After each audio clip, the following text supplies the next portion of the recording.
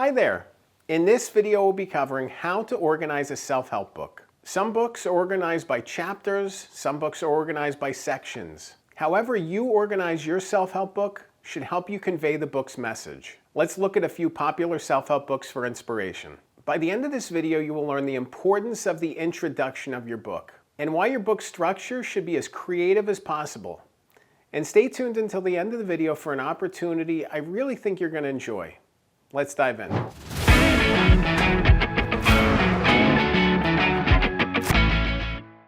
Organizing your self-help book is crucial to the success of your book.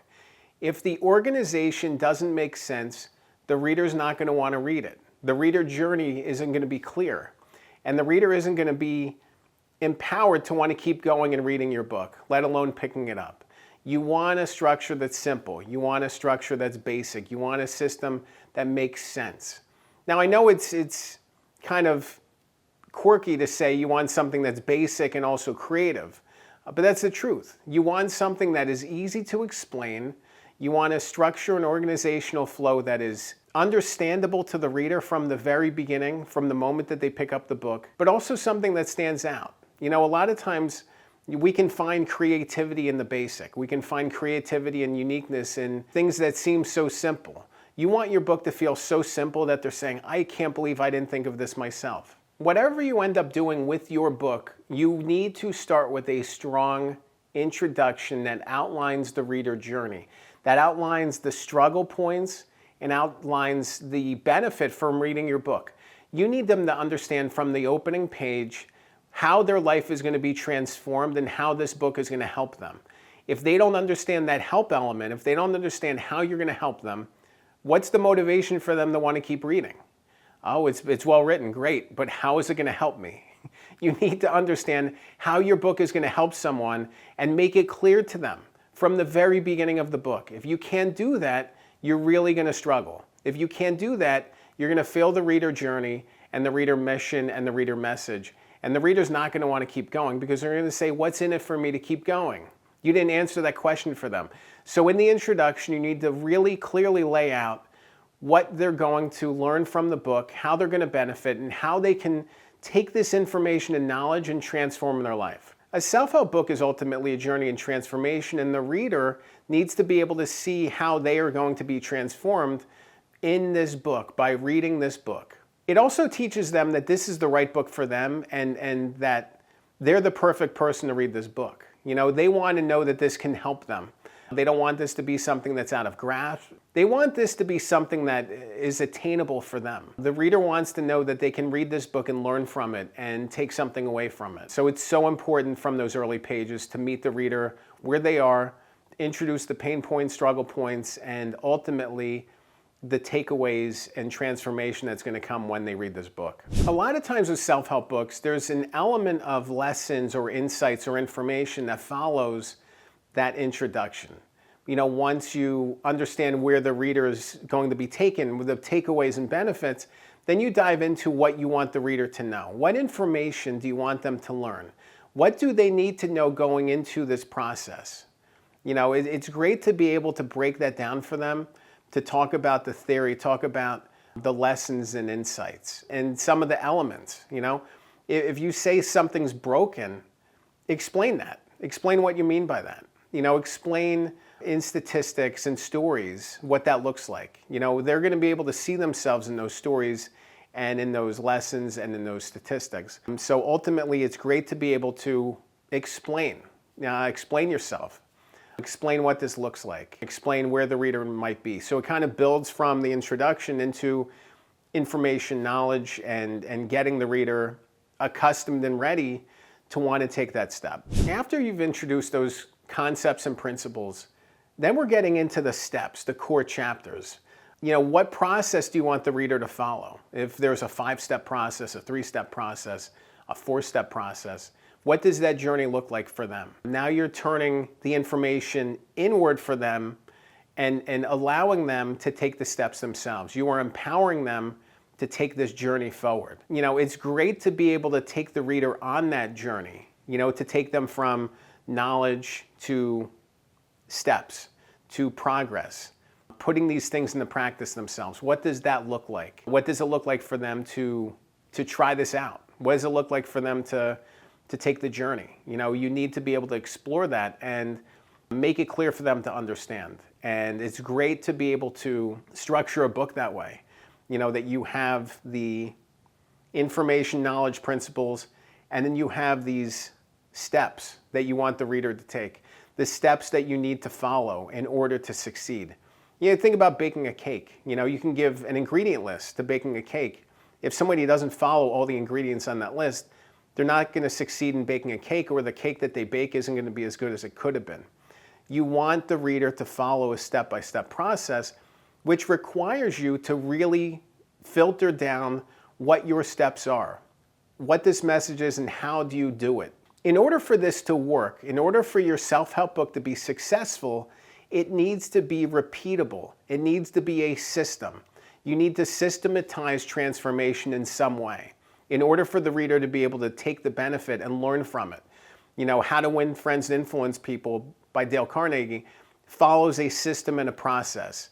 It explains the messages and talks about how you can implement them. You need to be able to tap into some process to be able to help the reader to take the journey themselves. So think about what makes your system repeatable, because if it's not a repeatable system and you can't explain it, then you have a problem.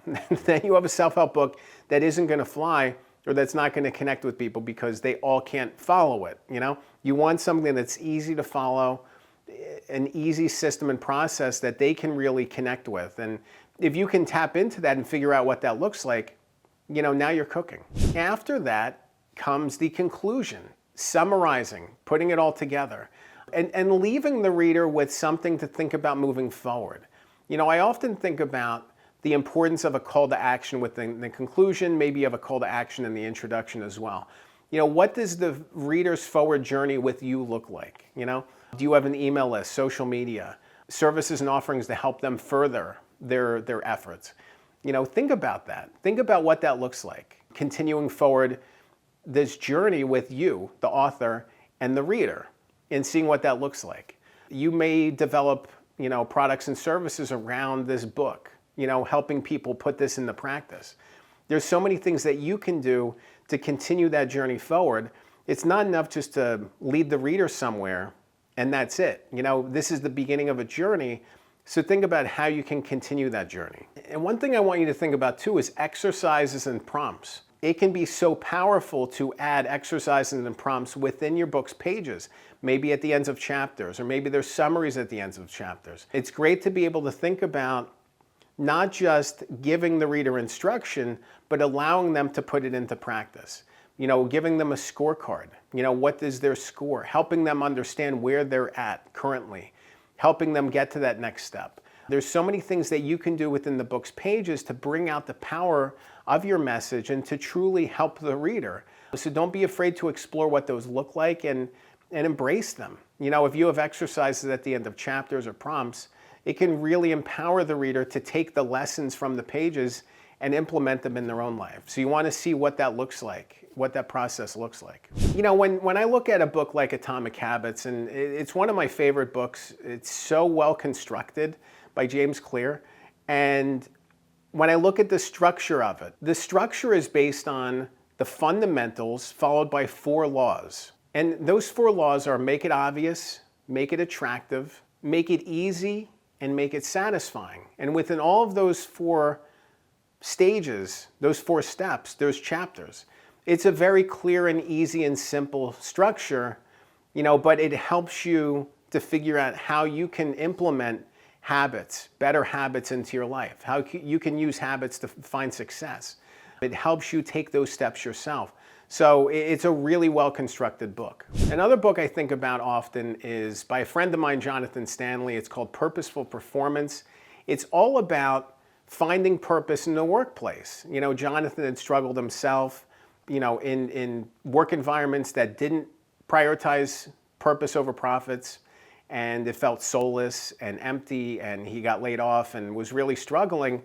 and he wrote this book. He took this experience that he had and he put it into a book, and he found so much success with it. I'm super proud of him. In order for him to succeed with this book, he had to be vulnerable, and he had to tap into the struggles and the pain points that he experienced. In doing so, he connected with so many people and really started a movement to find deeper purpose in the work we do. And when I think about the structure of his book, it's really in two parts. Part one is purpose over profit. It really explores the message he's trying to share and why this message resonates. And part two is actionable insights. It's a system that you can use to implement this yourself.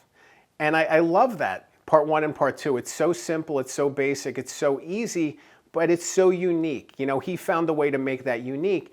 And you can too. Whatever your system and your process looks like, having that information and knowledge base and having that step-by-step process to follow, it really empowers the reader to put these steps into practice for themselves. And it feels very simple, but simple is the answer with self-help books. You want a self-help book to be simple. You want it to make sense.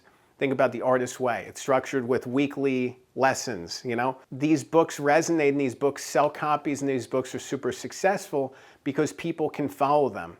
The more you can get people to follow your book, the more people are going to want to follow the book. You see the positive reviews on Amazon, you see the progress that people are making, and you want that for yourself. So it is possible to write and organize and create a great self-help book, but make it as simple and clear as possible. And think about all these elements, the introduction, the hook, this basic set of principles, step-by-step process, and a conclusion with the call to action. If you can do that, you're going to have a super successful book. If you want to learn more about how to organize a self-help book, you'll definitely want to watch another video that I recorded. I'll link to it on the screen. It's called What Are the First Steps in Writing a Book? Before you write a single word of your book, you need to do so many other different things, from book foundation work to tapping into your purpose in order to find success with the book writing process. Otherwise, you could struggle and you could put your book aside. And no one wants that. Let's keep moving forward. Let's finish your book and follow those steps to success. Remember, a good book can change your life. I'm Dan Good. Thanks for watching.